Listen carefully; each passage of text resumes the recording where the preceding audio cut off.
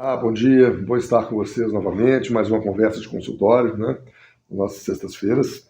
E hoje nós estaremos terminando essa primeira série, né, de conversas de consultório com as pessoas que trabalham conosco aqui na clínica. Você já conhece a Carol Petraconi, né? Tem feito uma série de abordagens muito interessantes conosco.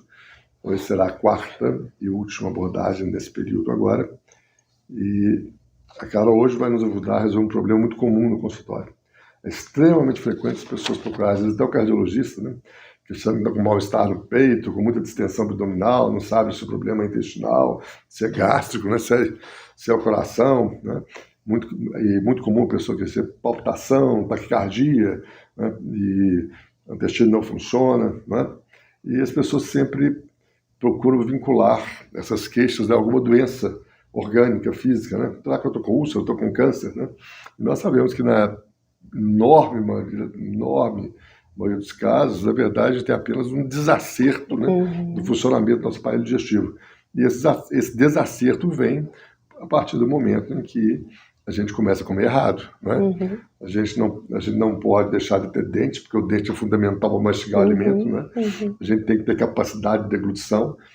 É importante que o estômago produza ácido, então a gente não pode ficar tomando um monte de remédio, tira esse dedo do estômago, porque se o alimento não for acidificado, né, já começa a atrapalhar mais ainda a digestão, não mastigou, não deglutiu corretamente, não deixou ácido no estômago, né, e por aí afora vai. E os alimentos têm essa capacidade, esse poder, né, de perturbar todo esse processo tão bem elaborado dentro do nosso corpo.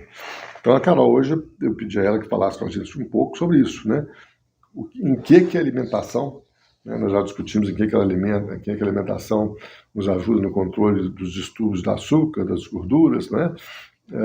E vamos falar então sobre hoje o que a alimentação pode fazer para resolver essa vastidão de problemas chamados distúrbios digestivos.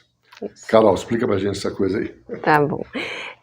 Então, primeiro eu vou ter que explicar um pouquinho como que as coisas funcionam, antes de entrar, né, em como que elas desequilibram. Então, assim, o nosso trato gastrointestinal, desde a boca até o intestino, né, a gente é colonizado por micro-organismos, né, bilhões, trilhões de micro-organismos, dentre eles bactérias, fungos, vírus e maior quantidade das bactérias. E aí a gente tem aí as bactérias, né, os micro-organismos do bem, que a gente chama para facilitar um pouco isso, a compreensão, né, os do bem e os do mal. Os do mal são os patogênicos, são os que têm que ter menor quantidade, e os do bem, as bactérias boas, os micro-organismos bons, que protegem a gente, né, tem que estar em maior quantidade. E aí o que acontece? O problema é quando tem esse desequilíbrio, né? Começa a morrer os micro-organismos bons, começa a crescer os patogênicos, os que podem causar doenças, né? E quando isso acontece, primeiro eu vou falar o que acontece, né, quando desequilibra, que a gente chama disso de desbiose intestinal. Essa colonização, ela é a microbiota intestinal, então quando entra em desequilíbrio, isso a gente chama de desbiose intestinal. Então vou explicar o que acontece, depois o que causa o que pode causar esse desequilíbrio. Então, nosso intestino tem um revestimento ali de muco, né? As células são todas juntinhas umas das outras, existem as vilosidades e as microvilosidades, que é como se fossem dedinhos mesmo, né, no intestino ao longo de todo o trato ali, né? Nessas vilosidades o alimento tem que estar em contato, né? O alimento já, grande parte do processo, né, já aconteceu digestão e tal, e no intestino continua, boa parte dessa digestão entra em contato com as vilosidades e é absorvido, ok. O primeiro passo para isso é a mastigação, né, que é a primeira fase aí para acontecer uma boa digestão. Como o senhor mesmo falou, a mastigação é extremamente importante. Depois dessa mastigação, tem lá no estômago tudo misturando e contato com ácido clorídrico, com várias substâncias que vão ajudar alguns alimentos a começarem já, né, a ser digerido, e depois no intestino. Quando tem uma desbiose intestinal, pode ter uma alteração da produção de ácido clorídrico, pode ter uma alteração da produção de enzima digestiva, da atuação dessa enzima também. Acontece muito, depois de um longo processo de desbiose, desse desequilíbrio, essas células que estão juntinhas ali formando essas microvilosidades, elas começam a se quebrar entre si, né? Então a gente chama isso de as tight junctions, que são as que mantêm, né, proteínas que mantêm essas duas células, todas as células juntinhas. E aí quando tem uma quebra disso, a gente altera a permeabilidade desse intestino. E quando altera essa permeabilidade, começa a passar tudo que não devia passar para a corrente sanguínea. E inflamar, de novo falando de inflamação, né? E aí, o que vai para a corrente sanguínea então ali que não deveria ir? Partes das bactérias patogênicas, né, que a gente chama de bactérias gram-negativas, que são bactérias más, né, que fazem mal. Parte delas a gente chama de LPS, essas partes passam para a corrente sanguínea, inflamam e pode levar a várias alterações aí de vários órgãos, né?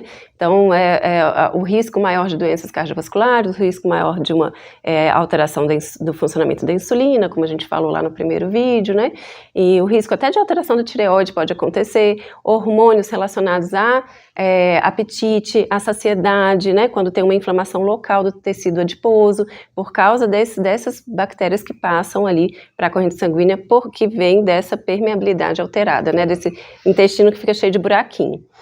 Mas também acontece uma atrofia dessas velocidades, né? Nessa desbiose intestinal acontece essa atrofia, então não tem uma boa absorção de nutrientes, não tem uma boa digestão de vários nutrientes, principalmente da proteína, né? A proteína é como se fosse um colar de pérolas que precisa ser todo quebradinho, né? Ao longo do trato gastrointestinal acontece toda essa quebra e a gente só pode absorver as pérolazinhas, que seriam os aminoácidos.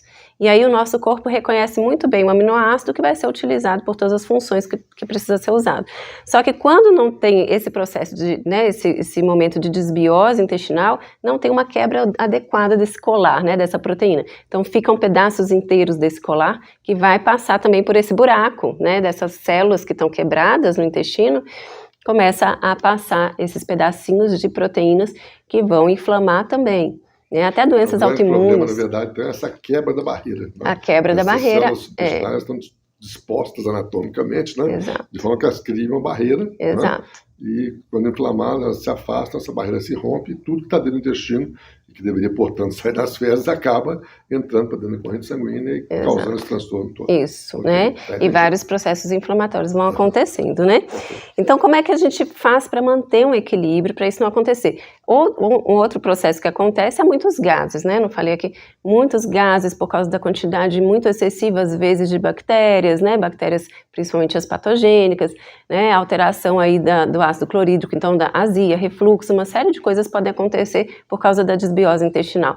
E por que acontece essa desbiose? Então, como eu falei, a mastigação é importante. Então, a falta da mastigação, né, pode levar a uma desbiose intestinal, e hoje as pessoas ficam lá, almoçam correndo enquanto está trabalhando, enquanto está no celular, enquanto está na televisão, enquanto está resolvendo alguma coisa na cabeça mesmo, então nem presta atenção realmente na refeição, no alimento. Falando no celular e comendo, né?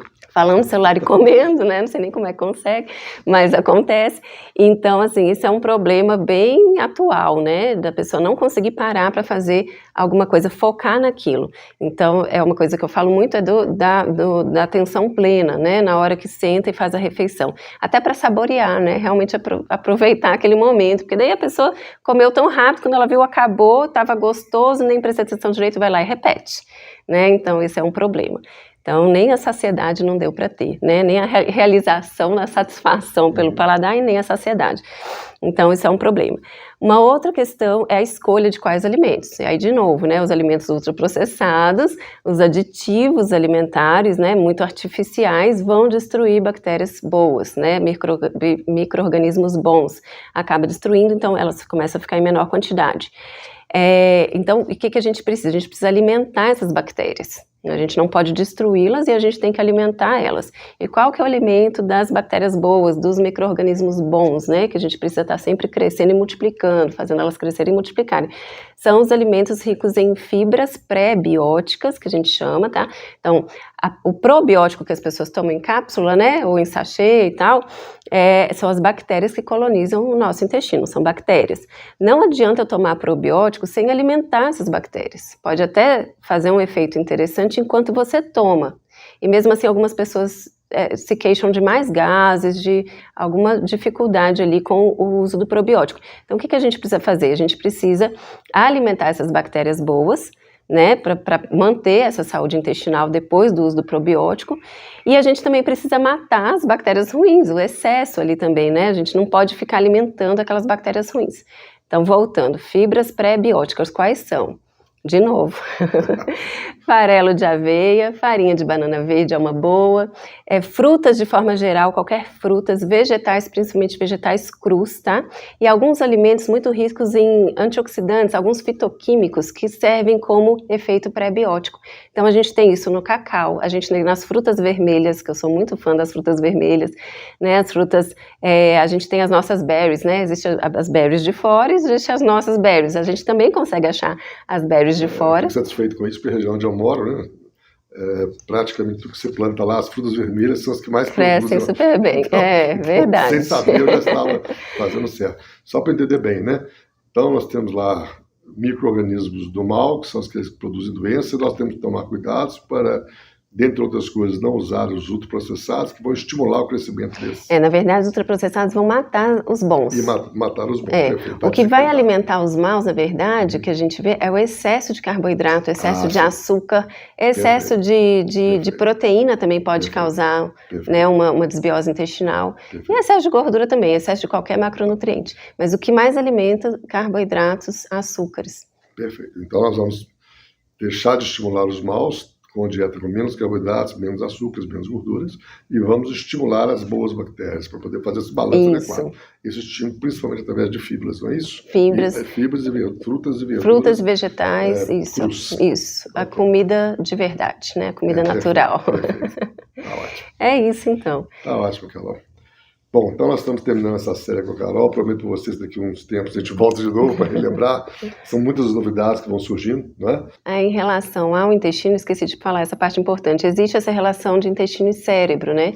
Extremamente importante. Quando a gente melhora o perfil da microbiota intestinal saudável, a gente tem uma sinalização através do nervo vago, que é um nervo que vai direto para o cérebro, para o sistema nervoso central, e melhora a liberação, melhora a produção e liberação de neurotransmissores importantes que regulam o humor, que regulam o sono, né, que melhoram a inflamação cerebral, a inflamação do sistema nervoso central, que é muito importante essa melhora porque a neuroinflamação ela gera várias doenças aí cerebrais, demência, né, pode levar a vários problemas psiquiátricos, neurológicos, né. Segredo, né? Comer bem, beber bem. Ok, até a próxima sexta então com mais uma conversa de consultório.